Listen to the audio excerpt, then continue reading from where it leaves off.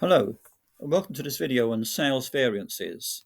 We've got three variances to look at: the overall sales variance, which is the standard sales revenue for the product or service, minus the actual sales revenue for the product or service. We have the sales volume variance, so the change in volume, standard quantity of sales at standard selling price, and take away the actual quantity of sales at standard selling price. And finally, the sales price variance, the change in the price of the selling price. It's the actual quantity of sales at standard selling price, subtract the actual quantity of sales at the actual selling price. So let's look at an example to explain this further. So in our example, we've got expected sales are as follows. So expected sales next week is going to be 5,000 wall blocks.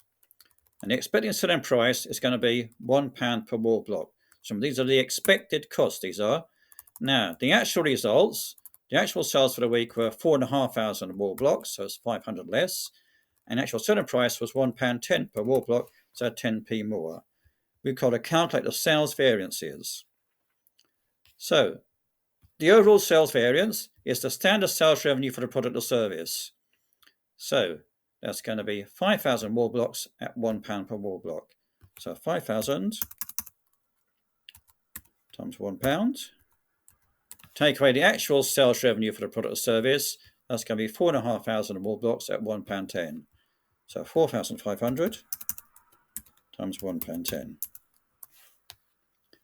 So 5,000 times £1, it's going to give us the £5,000.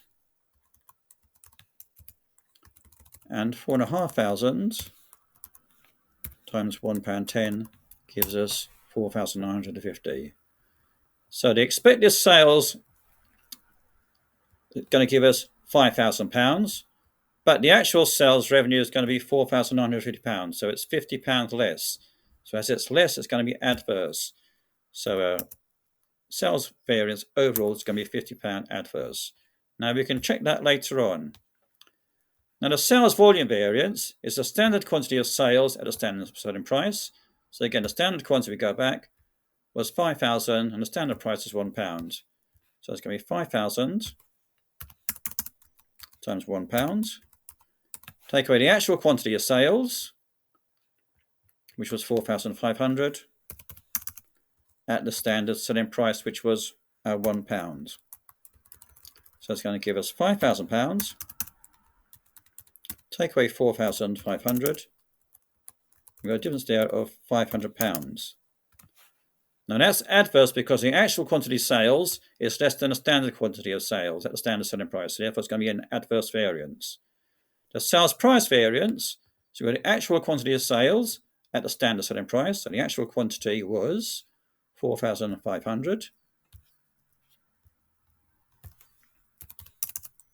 And the standard selling price, we go back to the beginning, is £1 per wall block.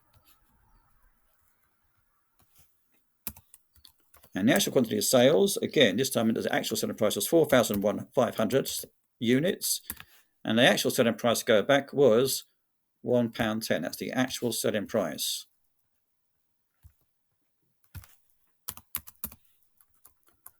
So that's going to give us £4,500.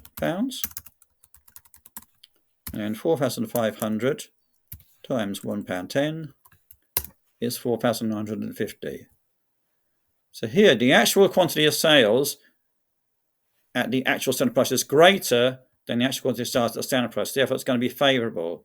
And the difference there is 4,950 compared to 4,500. That's going to be £450. Oops, let's get in the right place. £450 favourable. Now, the sales variance is a combination of the sales volume variance and the sales price variance. So the sales volume variance we just worked out was here, was 500 adverse, which is down there. The sales price variance we just worked out was £450 favourable. So that's the amount there. So you've got a 500 adverse combined with 450 favourable, going to give us a £50 adverse. Now you can check that with the beginning now.